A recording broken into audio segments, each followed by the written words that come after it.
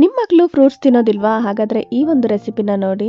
ಮನೆಯಲ್ಲೇ ಮಾಡುವ ಈ ಹೆಲ್ತಿ ಮಿಕ್ಸ್ ಫ್ರೂಟ್ ಜಾಮ್ ಮಕ್ಕಳಿಗೆ ತುಂಬಾ ಇಷ್ಟ ಆಗುತ್ತೆ. ಹಾಯ್ ಎಲ್ರಿಗೂ ನಮಸ್ಕಾರ, welcome back to my channel. ನಾನಿವತ್ತು ಮನೆಯಲ್ಲೇ ತುಂಬಾ ಸುಲಭವಾಗಿ ಮಾಡಬಹುದಾದ ಮಿಕ್ಸ್ಡ್ ಫ್ರೂಟ್ ಜಾಮ್ನ ಶೇರ್ ಮಾಡ್ಕೊಳ್ತಾ ಇದ್ದೀನಿ.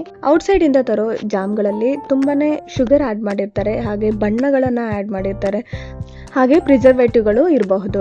ಈ ಜಾಮ್ನಲ್ಲಿ ನಾವು ತುಂಬಾ ರೀತಿಯಲ್ಲಿ ಹಣ್ಣುಗಳನ್ನು ಹಾಕಿ ಮಾಡೋದ್ರಿಂದ ದೇಹಕ್ಕೆ ಹಲವು ರೀತಿಯ ವೈಟಮಿನ್ಸ್ಗಳು ಹಾಗೆ ಖನಿಜಾಂಶಗಳು, ನಾರಿನಾಂಶಗಳು ದೊರೆಯುತ್ತದೆ. ಇದು ಮಕ್ಕಳಿಗೆ ತುಂಬಾ ಟೇಸ್ಟಿಯಾಗಿಯೂ ಇರುತ್ತೆ. ಹಾಗೆ ಹಣ್ಣುಗಳನ್ನ ಯಾರೆಲ್ಲ ಮಕ್ಕಳು ಇಷ್ಟಪಡಲ್ವೋ ಅವರು ತುಂಬಾ ಇಷ್ಟಪಟ್ಕೊಂಡು ತಿಂತಾರೆ.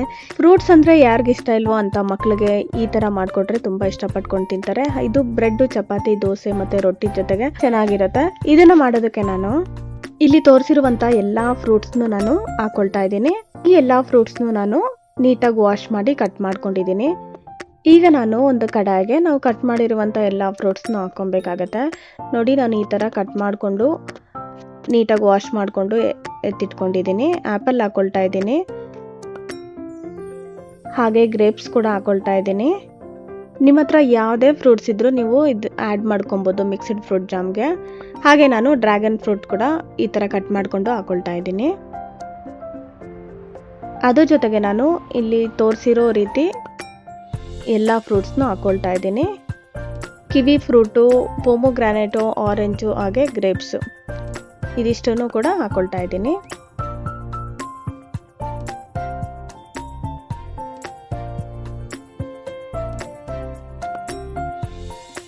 ಇದಿಷ್ಟನ್ನು ಹಾಕ್ಕೊಂಡು ನಾವು ಸ್ಟವ್ ಆನ್ ಮಾಡಿ ಇದನ್ನು ಲೋ ಫ್ಲೇಮಲ್ಲೇ ಇಟ್ಟಿರಬೇಕು. ಇದೆಲ್ಲದನ್ನು ಚೆನ್ನಾಗಿ ಇದನ್ನು ಮಿಕ್ಸ್ ಮಾಡ್ಕೊಬೇಕು. ಎಲ್ಲ ಫ್ರೂಟ್ನು ಮಿಕ್ಸ್ ಮಾಡ್ಕೊಂಡಾದ್ಮೇಲೆ ನಾನು ಇದಕ್ಕೆ ಶುಗರ್ ಹಾಕ್ಕೊಳ್ತಾ ಇದ್ದೀನಿ. ನಿಮಗೆ ಶುಗರ್ ಬೇಡ ಅನ್ನೋರು ಬೆಲ್ಲ ಕೂಡ ಹಾಕ್ಕೊಬೋದು. ಒಂದು 4 ಟೇಬಲ್ ಸ್ಪೂನ್ ಆಗೋಷ್ಟು ಶುಗರ್ನ ಹಾಕ್ಕೊಂಡಿದ್ದೀನಿ. ಹಾಕ್ಕೊಂಡು ಚೆನ್ನಾಗಿ ಇದನ್ನು ಮಿಕ್ಸ್ ಮಾಡ್ಕೊಳ್ತಾ ಇದ್ದೀನಿ.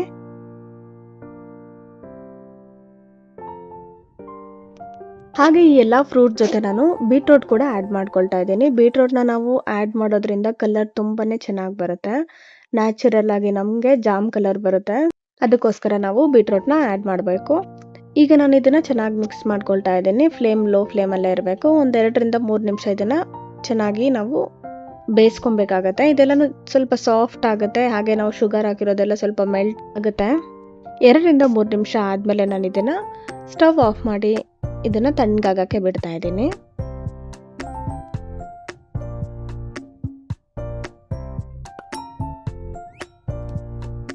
ಪೂರ್ತಿ ತಣ್ಣಗಾದ್ಮೇಲೆ ನಾನು ಇದನ್ನು ಒಂದು ಮಿಕ್ಸಿ ಜಾರ್ಗೆ ಹಾಕ್ಕೊಂಡು ಚೆನ್ನಾಗಿ ಇದನ್ನು ರುಬ್ಕೊಳ್ತಾ ಇದ್ದೀನಿ.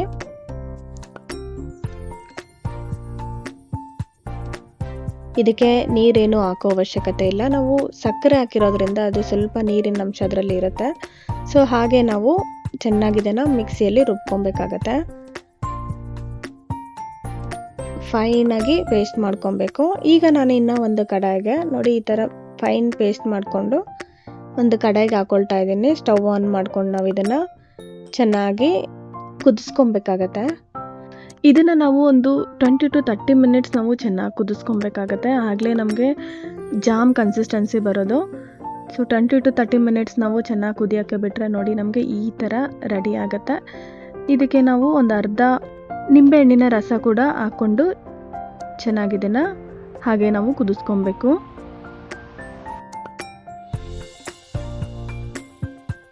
ಮಿಕ್ಸ್ ಮಾಡ್ತಾ ಮಾಡ್ತಾ ನಾವು ಇದನ್ನು ಕುದಿಸ್ಕೊಬೇಕಾಗತ್ತೆ. ಇದನ್ನು ಒಂದು 30 ಮಿನಿಟ್ಸ್ ಆದರೂ ನಾವು ಲೋ ಟು ಮೀಡಿಯಮ್ ಫ್ಲೇಮಲ್ಲಿ ಕುದಿಸ್ಕೊಬೇಕು. ಒಂದು 30 ಮಿನಿಟ್ಸ್ ಆದಮೇಲೆ ನೋಡಿ ನಮಗೆ ಈ ಥರ ಜಾಮ್ ರೆಡಿ ಆಗುತ್ತೆ. ಇಷ್ಟು ತಿಕ್ಕಾಗೋವರೆಗೂ ನಾವು ಚೆನ್ನಾಗಿ ಇದನ್ನು ಕುದಿಸ್ಕೊಬೇಕಾಗತ್ತೆ. ಈಗ ನಾವು ಇದನ್ನು ತಣ್ಣಗಾಗಕ್ಕೆ ಬಿಟ್ಟು ನಾವು ಇದನ್ನು ಬ್ರೆಡ್ ಮೇಲೆ, ಚಪಾತಿ ಮೇಲೆ ಹಾಕ್ಕೊಂಡು ತಿನ್ಬೋದು. ಇದನ್ನು ಫ್ರಿಜ್ಜಲ್ಲಿ 1 ಮಂತ್ ಸ್ಟೋರ್ ಮಾಡ್ಕೊಬೋದು. ಯಾವುದಾದ್ರೂ ಫಂಕ್ಷನ್ಸ್ ಆದಾಗ ಇಲ್ಲ ಹಬ್ಬ ಹರಿದಿನಗಳಿದ್ದಾಗ ನಮಗೆ ಫ್ರೂಟ್ಸ್ ಎಲ್ಲ ತುಂಬಾ ಮಿಕ್ಕೋಗಿರುತ್ತೆ. ಆ ಟೈಮಲ್ಲಿ ಈ ಥರ ಮಾಡಿಟ್ಕೊಂಡ್ರೆ ಮಕ್ಕಳಿಗೆ ಯಾವಾಗ ಬೇಕೋ ಆವಾಗ ನಾವು ಬ್ರೆಡ್ ಮೇಲೆ, ಚಪಾತಿ ಮೇಲೆ, ದೋಸೆ ಮೇಲೆ ಹಾಕ್ಕೊಟ್ರೆ ತುಂಬಾ ಚೆನ್ನಾಗಿ ಅವ್ರು ಇಷ್ಟಪಟ್ಕೊಂಡು ತಿಂತಾರೆ. ನಿಮಗೆ ಈ ರೆಸಿಪಿ ಇಷ್ಟ ಆದರೆ ಒಮ್ಮೆ ಮನೆಯಲ್ಲಿ ಟ್ರೈ ಮಾಡಿ ನೋಡಿ. ನಿಮ್ಮ ಮಕ್ಕಳಿಗೆ ಕೊಟ್ಟು ನೋಡಿ.